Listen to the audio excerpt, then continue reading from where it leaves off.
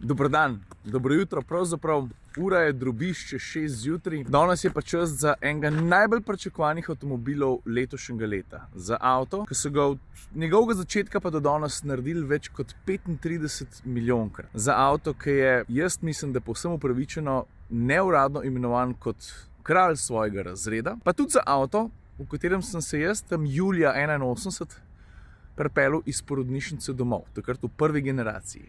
Zdaj je pa čas za cel uvod sem tako lepo povedal. Zdaj bi pa namesto 8 rekel gosmo. Čas je za 8. generacijo Golfa.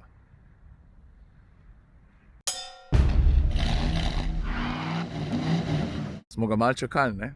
No, ampak zdaj je tukaj. Pojmo lepo po vrsti. Ker vem, da vas fejst mika, dajmo se najprej posvetiti obliki. Veš, če ga vzameš takole zelo na grobo, Golf svojih proporcev tudi približno ni spremenil. Razlike, te so v detajlih, recimo v maski, predvsem v obliki sprednjih luči, ki so, glede na to, kaj je Golf ponujal prej, res da malo predrzne, ampak generalno gledano stari, ja, Golf še vedno nezmotljivo ostaja Golf. Ampak absolutno pa drži, da je zdaj malo bolj atraktiven, kot je bil prej. Se mi zdi, da je šel v korak s časom. Drži tudi to, da marsikdo pravi, da mu nova oblika ni všeč, da kaj so pa mislili, Golf 7 je tisti, ki je še vedno najboljši. Ampak to skupino ljudi boš vedno in povsod pri vseh avtomobilih imel. Zato, ker ljudje se radi oklepajo tega, kar jim je bilo tako zelo všeč. In to je čisto naravno, ne? Noviteta včasih pri nekaterih ljudeh prinese s sabo tudi malo strahu. Poglej, takole, hardversko se osmica od sedmice ne razlikuje dosti. To pomeni, da lahko pričakuješ vse prednosti pa lastnosti platforme MQB. Vključno s prostorsko ponudbo. Golf 8, tako kot je veljalo za sedmico, šestico, še petico pred njim, ostaja prostorsko povprečen. Pa da se ne bomo narobe razumeli, ne? Ker se ti usedeš v kabino, spredaj ali zadaj, konec koncev tudi takrat, ko se usedeš v kufer, to ne pomeni, da je prostora malo. Prostora je dovolj. Zdaj pa, če sem se že usedel za volan, dajmo najprej prečekirati tisto plat Golfa, ki dvigne daleč največ prahu. V bistvu je tako, ne, da če hočem vse pokazati točno tako, kot treba, je bolj, da se usedem zadaj. In zdaj, če že sedim zadaj, ne, to je tista prostorska povprečnost, o kateri sem govoril, to ne pomeni nič slabega. Prostora je tukaj za mene, če sem se usedel za Cirila, ki je velik 175 cm in si nastavil volan in sedež propisno, tako kot mora. To se pravi, da ko roko vržeš čez volan, ti mora zapestje čez padati. Prostora imam pa zdaj, jaz bi rekel, da 15 cm od kolen do sedeža. Poglej, se najbolj, da ti vse skupaj pokažem z mojega zornega kota, da si boš lažje predstavljal. Prostora za stopala je veliko, tudi če jih želiš poriniti pod sedež, pa mogoče tako malo stegniti noge, to je pomembno. Predvsem pa, vidiš to, 15 cm prostora. Tudi samo udobje klopi tukaj zadaj ne šepa na kakršenkoli način, pravzaprav so sedeži razmeroma mehki. Jaz sem točno na tem zadnjem levem sedežu presedel 130 km dolgo pot iz Maribora do Ljubljane in glede na to, v katerem segmentu se Golf nahaja, kaj ponujajo tekmeci, nimam tukaj niti ene pripombe. Razen, če začneš pol gruntati, čakaj malo, a ni tudi Octavia v tem segmentu, je dobro, to je pa pol druga zgodba, ne? Octavia slovi po tem, da je prostora tukaj zadaj, ne vem, tam je že malo redonkiles vse skupaj. Ok, zdaj pa sprednji del armaturka, pa kako se vse skupaj upravlja. Kar zanimivo. Poglej, takole je vse skupaj videti. Golf je, tukaj ni nobenega dvoma, digitalno zelo napreden avtomobil. In če kje, se to najprej pokaže v kabini. Pa ne govorim samo o digitalni instrumentni plošči, govorim o celotni izkušnji. Stikal v klasičnem smislu skoraj da ni več. To okolje so res fajn popucali, ampak da bi bil pa čist brez gumbov, ja, to pa sploh ne drži. Konec koncev jih imaš kup tukaj na volanu. 1, 2, 3, 4, 5, 6, 7, 8, 9, 10, 11, 12, 13, 14, 15, 16, 17, 18, 19. 19 jih je vseh skupaj na volanu, ampak razporejena so na obe prečki tako zelo logično, sploh za koga, ki je že kdaj sedel v kakšnem od sodobnejših avtomobilov Volkswagenovega koncerna. Poglejte, bom pokazal. To se pravi, na levi prečki imamo stikala za upravljanje s klasičnim tempomatom, pa seveda spodaj tisti dve srebrni, v navednicah srebrni, sta pa za upravljanje glasnosti audio naprave, pa se preselimo pa še na desno prečko.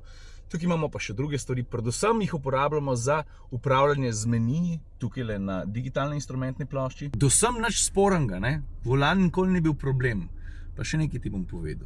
Tudi druge stvari predvsem, če se pred vožnjo dobro pripraviš, pa dobro spoznaš z avtomobilom, niso tak problem, kot ljudje mislijo oziroma smatrajo. Za začetek v tem kokpitu boš najdel kup enih približkov, mi gre malo na etra, volan ni naravnost, klasičnih avtomobilskih stikal. Poglej, tukaj na levi strani najdeš en tak ličen skupek stikal, površina je občutljiva na dotik, ampak obenem, ko se pa vsega skupaj dotikaš, imaš pa občutek, da šlataš ta prave gumbe. To je zato, ker je ta modul tukaj od površine do površine, od gumba do gumba, vse malo izboč oziroma spusti. Tako da, ko šlataš, ni čist ravno in to ti pomaga pri upravljanju. Vidiš, če ti pokažem z tega kota, si bo še najlažje predstavljal in s tem modulom upravljamo z žarometi, s tem, kaj se dogaja z zračenjem kabine. Potem pridemo pa do zloglasne armaturne plošče. Kje so gumbi? Kje so gumbi? Kje so gumbi? Kaj če bi ti nehal paniko zganjati, pa me malo poslušal? Ker za začetek, ne? Imamo tukaj eno prijetno bližnjico 4 oziroma 5 stikal. Poglej, tole so pravzaprav bližnjice za asistenčne sisteme, za klimatsko napravo, za pomoč pri parkiranju, pa za nastavitev voznih programov. A veš, dejstvo je, da klasičnih stikal ni več, pa pridemo do tega dela malo pozneje, ne? Ampak pri Volkswagenu so bili vsem dosti brihni, pa so namestili te bližnjice zato, da je lažje priti do določenih menijev. In vsa ta stikala so tako zelo občutljiva, da ne rabiš kaj dosti iskati, da vse skupaj zadaneš, ali pa da se celoten sistem odzove. Prej sem takole kazal, pa sem se čisto malo dotikal praktično skoraj z nohti, pa se vse skupaj zelo hitro mena. Vidiš, tudi sam sistem, tudi sam umestnik je zelo odziven, kar je samo pohvalno in čisto nič drugega. Drugače pa, če še pokažem, da boste videli, kaj se zgodi na zaslonu, če pritisnem Mode. Tukaj imamo različne vozne programe, Eco, Comfort, Sport pa Individual, kjer si pravzaprav vse skupaj nastaviš po svojih željah. Vidiš podvozje, krmiljanje, pogon in vse ostalo od klime in tako naprej. Potem imamo pa tukaj še asist, pravzaprav pregled vseh asistenčnih sistemov, ki so tako ali drugače na voljo, da potem lahko z njimi upravljaš, jih vklapljaš ali izklapljaš. No, potem pa pridemo na za mnoge perečo temo, ne? Kako bomo nastavljali pa klimo? Kje je pa gumb za nastavljanje jakosti audio sistema? Jelej, stari klasični gumbov v tem smislu ni več in s tem se bo treba sprijazniti. Poglej, klimo se nastavlja lahko na več različnih načinov. Tukaj, če si opazil, imaš eno modro črtico pa eno rdečo. Jasno, desna za višane temperature, leva za nižanje. Zdaj lahko narediš to takole, pa se dotikaš, kar je dosti nepraktično. Pa rečeš, čak malo, a deluje to tudi kot klasičen drsnik? Narediš tole. Jaz seveda, da deluje. No, tukaj se pa stvari počas, ampak zihar začnejo poenostavljati. Sprav, ko ti voziš, ni težko najti tele površine in narediti tole ali pa tole. Pa še en trik ti bom pokazal, za katerega kdo ne ve. Tukaj imaš ikono za gretje sedežev. Vidiš pa 3 pikce spodaj, kar pomeni, da gre za 3-stopenjsko nastavitev. Vklopiš pa lahko tako, da samo z 2 prsti naenkrat pritisneš sem. In se gretje sedežev vklop, potem pa zmanjšaš enkrat, dvakrat. A veš, če poznaš par majhnih pa zelo enostavnih trikov, si to upravljanje vsem lahko poenostaviš, ne? Ker bi bilo res hecno, da bi jaz vozil, pa bi si želel klimo nastaviti iz, ne vem, 21,5, pa me malo zazebe, pa da bi dal na 23, pa da bi takole delal. Obenem pa drži tudi to, da nastavljanje klimatske naprave na ta način vse ni tako preprosto, kot s klasičnim vrtljivim stikalom. Tukaj na sredini, tukaj pa nastavljaš glasnost radija. Vidiš, tudi s takim potegom lahko prideš mrskam. Ja, ampak Ciril, tukaj enega tapkanja pa površino občutljivih na dotik, a ni to nekaj, kar bo kradlo voznikovo pozornost takrat, ko mora peljati? Ja, to pa drži. V tem primeru Golf od voznika zahteva več. In to pomeni, da se moraš ti kot voznik na vožnjo pripraviti boljš, preden spelješ. In to v primerjavi s klasičnimi sistemi, mislim, tega ne gre zanikati, je ene vrste pomanjkljivost. Potem je pa od voznika odvisno, na kakšen način se bo temu prilagodil. A se boš naučil tiste majhne, preproste bližnjice, a se jih pa ne boš. Jaz sem se recimo dosti uspešno spopadal s temi drsniki, razmeroma hitro sem se navadil, je pa res, da me nekaj moti. Niso osvetljeni. To bi pa ponoči lahko zelo prav prišlo. In preden gremo nazaj v kabino, pa pokažem še par stvari. V tem pogledu Golf res ni več to, kar je bil. In verjamem, da se bo marsikomu težko navaditi na nov način. Po eni strani spoštujem Volkswagen, ker je največja sprememba v svojih vozilih v zadnjih letih, ko pride do upravljanja, ker so jo zaupali ravno Golfu, njihovemu daleč najbolj prepoznavnemu modelu.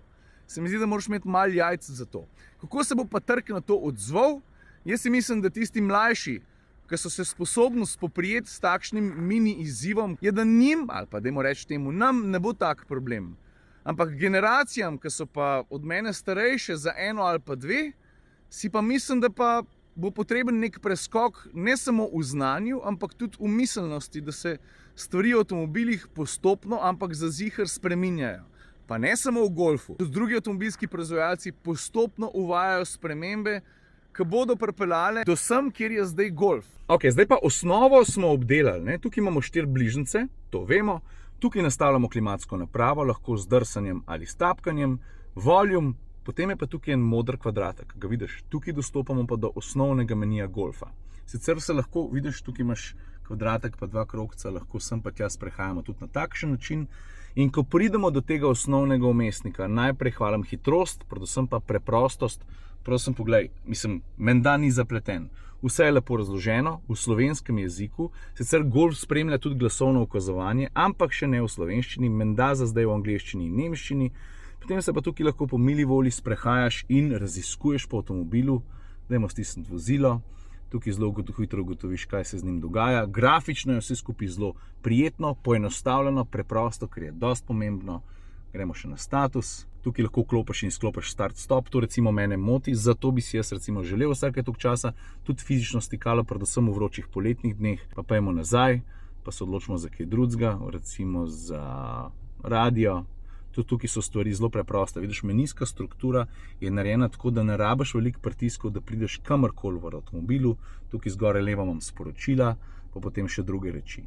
In to je to, kar se te osnove tiče. Aha, kar sem zdaj po nesreči pritisnil zvok.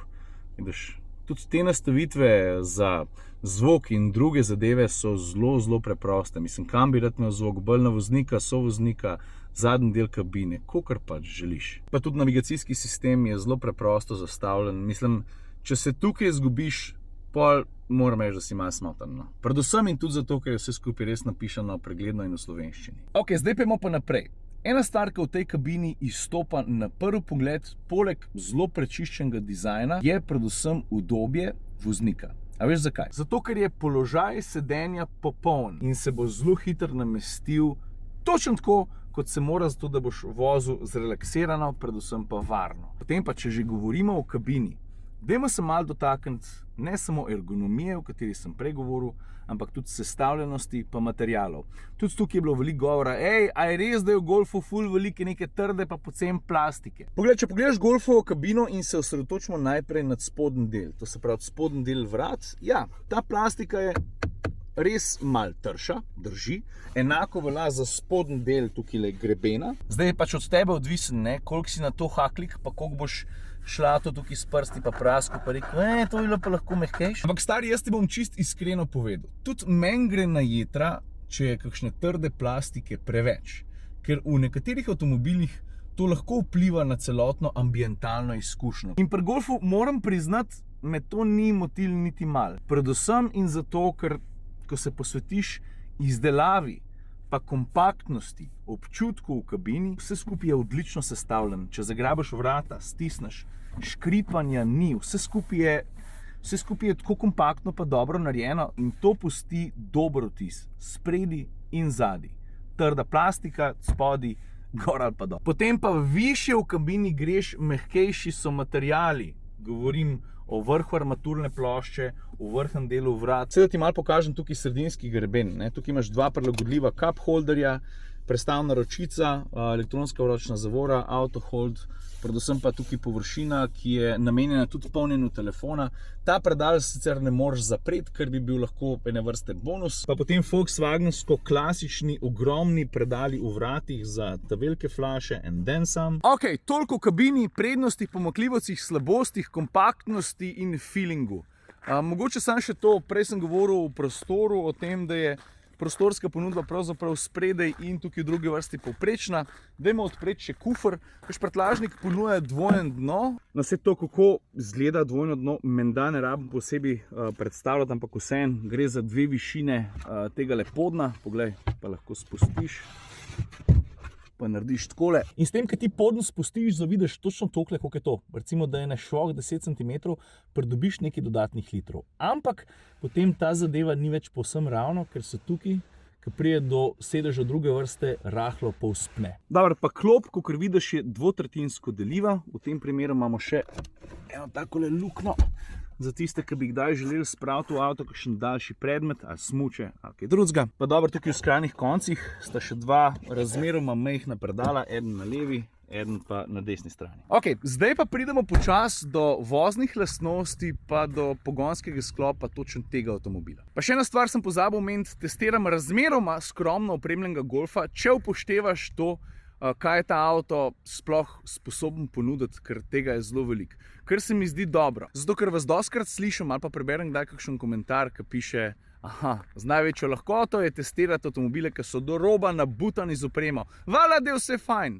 No, tale ni do roba nabutan z dodatno opremo. Tudi zato, ker je dobro vedeti, še posebej pri avtomobilu, ki je tudi za slovenski trg tako zelo pomemben, česa je sposoben, če ga kupi nekdo, ki ne bo kupil zraven vse, kar zna ponuditi. Ta avto je opremljen z razmeroma šibkim dizelskim motorjem, z ročnim menjalnikom. Guess what? Tudi kamere za vzvratno vožnjo nima. Še kamere nima. Ok, naslednje so na vrsti pa vozne lastnosti.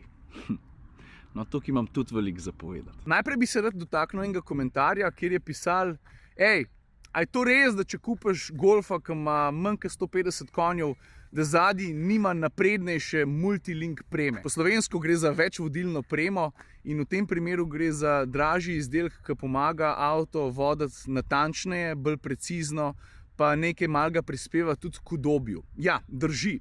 Osnovni Golfi, sprav tisti, ki so manj zmogljivi, ko pride do motorja, imajo zadnji torzijski drog, kar pomeni, da gre v osnovi za preprostejše upetje zadnjih koles. Zdaj pa, a veš, jaz, ko preberem take kritike, se najprej vprašam, koliko človek pravzaprav sploh ve pa razmišlja o avtomobilih, njihovih kupcih in v tem, v čemu so ti avtomobili, predvsem šibkejše izvedenke, sploh namenjene. Ker jaz po nekem načelu zdrave kmečke pameti si mislim, da kdor bo kupil šibkejši avtomobil, po možnosti celo s preprostejšo opremo, ja, takšen voznik nima hudo športnih ambicij. Pa še malo dlje bi šel. Verjamem, da obstaja marsikakšen voznik, ki bi se z mano usedel v zmogljivejšega Golfa z multilink premo ali pa s tole, s katero je opremljen ta avto, da razlike med običajno vožnjo ne bi zaznal. Ker ta je za začetek zelo majhna, ko se peleš običajno in je praktično ne čutiš. Predvsem pa folk, in to si dobro zapomnite, ta nov Golf se pele odlično. Pa tale nima multilinka. In kaj točno s tem mislim, ko rečem odlično? Kabina je izjemno tiha. Celotna vožnja je tako uglajena, da imaš ti občutek, da se peleš v večjem pa dražjem avtomobilu. Pravzaprav lahko celo trdim, da se v tem segmentu že nekaj časa nisem lepš pa udobnejše pel. Ne, ni zelo športen. Tukaj imamo druge predstavnike segmenta, ki na tem področju blestijo. Govorimo o Mazdi 3, o Fordu Focusu, o Hondi Civic. Ampak raven vozniške izkušnje, ki jo ponuja, celotna izkušnja je zelo zrelaksirana, umirjena. Ok, zdaj je pa čas, da se najprej posvetimo pogonskemu sklopu. Ta avto je opremljen z 2-litrskim dizlom pa s 6-stopenjskim ročnim menjalnikom. Seveda je izvedenk 2-litrskega dizla več. V tem primeru avto poganja 85 kW oziroma 115 konjev. Jaz sem recimo na Instagramu dvignil kar nekaj digitalnega prahu s tem, ko sem rekel, da mi je ta avto od Ljubljane do Maribora, s tem, da sem upošteval vse hitrostne omejitve, porabil, sodeč po potovalnem računalniku, ki je ponavadi pri Volkswagenih razmeroma natančen, porabil 3,9 litra na 100 km. Zdaj, ta številka verjamem, da absolutno drži. Vozil sem namreč po omejitvah, bilo je kupenih zožanj, se pravi vožnje tudi 60 oziroma 80 km/h, ampak ko pride pa do realne porabe, je bila pa ta vseeno malo višja, pa še vedno zelo varčna. Meni je ta avto v povprečju porabil med 4,5 pa 4,8 litra na 100 km. Ko sem se več vozil v mestu, je zrasla na 4,9 ali pa 5,0. Glede na to, kakšno stopnjo udobja ti ponuja, glede na velikost in maso avtomobila, se mi zdi to zelo dober podatek. Motor je razmeroma živahen, ni pa tako, da bi ga razganjali od moči. Ok, toliko o samem pogonskem sklopu oziroma porabi. Motor je prožen, razmeroma živahen, čudežev, ko pride do pospeševanja, seveda ne pričakovati. Menjalnik moram pohvaliti, zelo lepo teče. Ok, zdaj pa še ta zadnja stvar, mimo katere preprosto ne moremo. In to je tudi stvar, pri kateri Golf v svojem segmentu v tem trenutku, bom rekel, da odstopa. zelo je pameten, tehnološko izobražen. Zdaj, o uveljavljenih asistenčnih sistemih ne bi izgubljal preveč besed.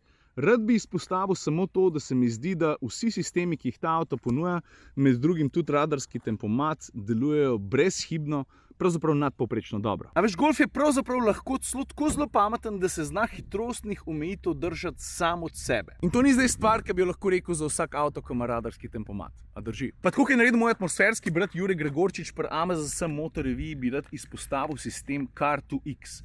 Gre za sistem, s katerim je opremljen Golf. A veš, fora je v tem, da se zna ta nov Golf z drugimi novimi Golfi v realnem času pogovarjati skozi oblak. Lej, bom zelo poenostavil. Na razdalji do 800 metrov se bo tvoj Golf pogovarjal s svojim prijateljem, še z enim Golfom.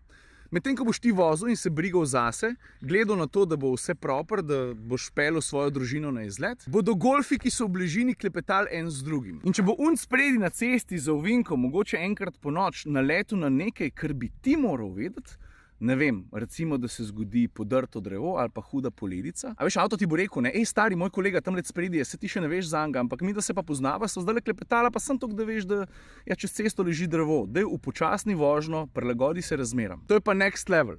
In zdi se mi fino, da je avto s tem opremljen serijsko. A še eno stvar bi rad spet poudaril, ker se mi zdi taka fina rešitev, Golf jo je povzel po Passatu. Gre za to, da če ti voziš v zastoju ali pa če voziš s pametnim tempomatom in držiš roke na volanu, v prejšnjih primerih se je znalo zgoditi, da če je bila čisto ravna cesta in če ni bilo nekih mehanskih premikov volana, je avto lahko začel voznika, kljub temu, da si bil zbran in prisotno opozarjati, da si mogoče utrujen ali pa da moraš držati volan. To je pa zato, ker je volan zahteval mehanske premike. V bistvu gre za kapacitiven volan, kar pomeni, da računa oziroma upošteva električno prevodnost tvojih rok.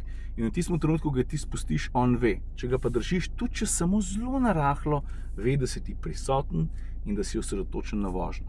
Ker včasih je prišlo do nepotrebnih opozoril, to sem enkrat v vlogu že izpostavil. Zdaj pa tega ni več. Ok, folk, jaz mislim, da sem zdaj povedal vse, kar sem želel. Lotili smo se kabine, armaturne plošče, kje stikala so, kje niso, na kakšen način upravljaš z vmesnikom, kakšne so prednosti, eventualne pomanjkljivosti, tudi te so. Lotili smo se prostora, voznih lastnosti, govorili smo o asistenčnih sistemih, tehnični naprednosti in jaz mislim, da je čas, da potegnem črto.